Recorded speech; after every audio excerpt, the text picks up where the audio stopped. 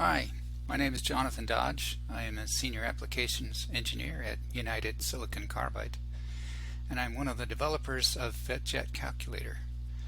In this video, I will provide an overview of the FET-Jet Calculator and a quick guide about how to use it.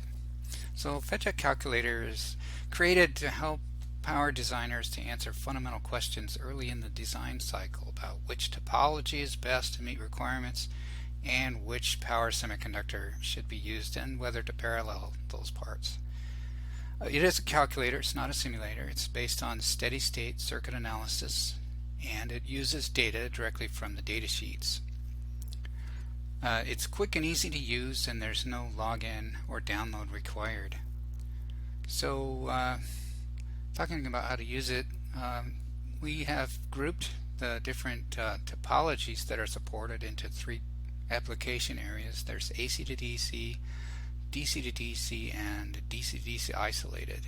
And I think the best way to show how to use it is to just go through a quick example. Let's take, for example, the design of a 22 kilowatt three-phase active front-end rectifier.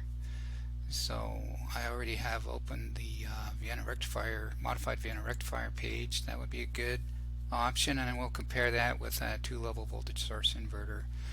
So 22 kilowatts, we have 230 volts line to neutral, 800 volt DC link, 50 kilohertz switching frequency.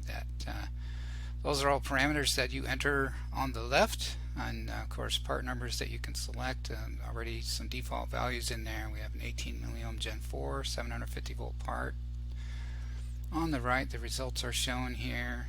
Some circuit parameters that are useful: 400 volt line to line. This would be European, for example, and so on. But a thing that's interesting is, we break out the conduction and switching losses for the FETs, and then the total switching loss, the total loss per FET.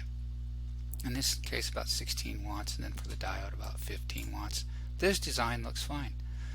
So let me go over to the two-level voltage source inverter, and we'll see how we do there. So we make sure that we're in rectifier mode. We need to increase the power because we're dealing with 22 kilowatts. You'll see that the results will update immediately over here on the right. And the other parameters look okay. So one thing I will point out, the on resistance is calculated dynamically because it's adjusted for temperature as these calculations are run. So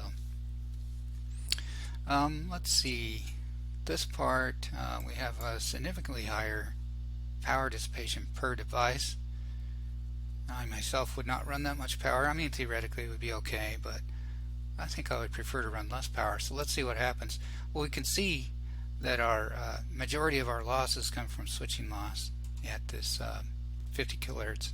So if I click on the part number, it brings up this part selection table, and you see the entries in red. This is because we have an 800 volt DC link and 650 volts inadequate for that. So it's listed in red to warn you that that's not a viable choice. So instead of seeing all those part numbers, I'm going to sort, or I can select and ignore all the other voltages. So this is actually a 35 milliohm 1200 volt part. And what happens if we go to a bigger part? Let's see, we go to a 16 milliohm part, and as expected, conduction loss went down, but that's a small fraction of the total. Switching loss actually went up because it's a bigger part. So selecting a bigger part in this case is not helping me. So let's go back to that 35 milliohm part and see what happens if we put two in parallel.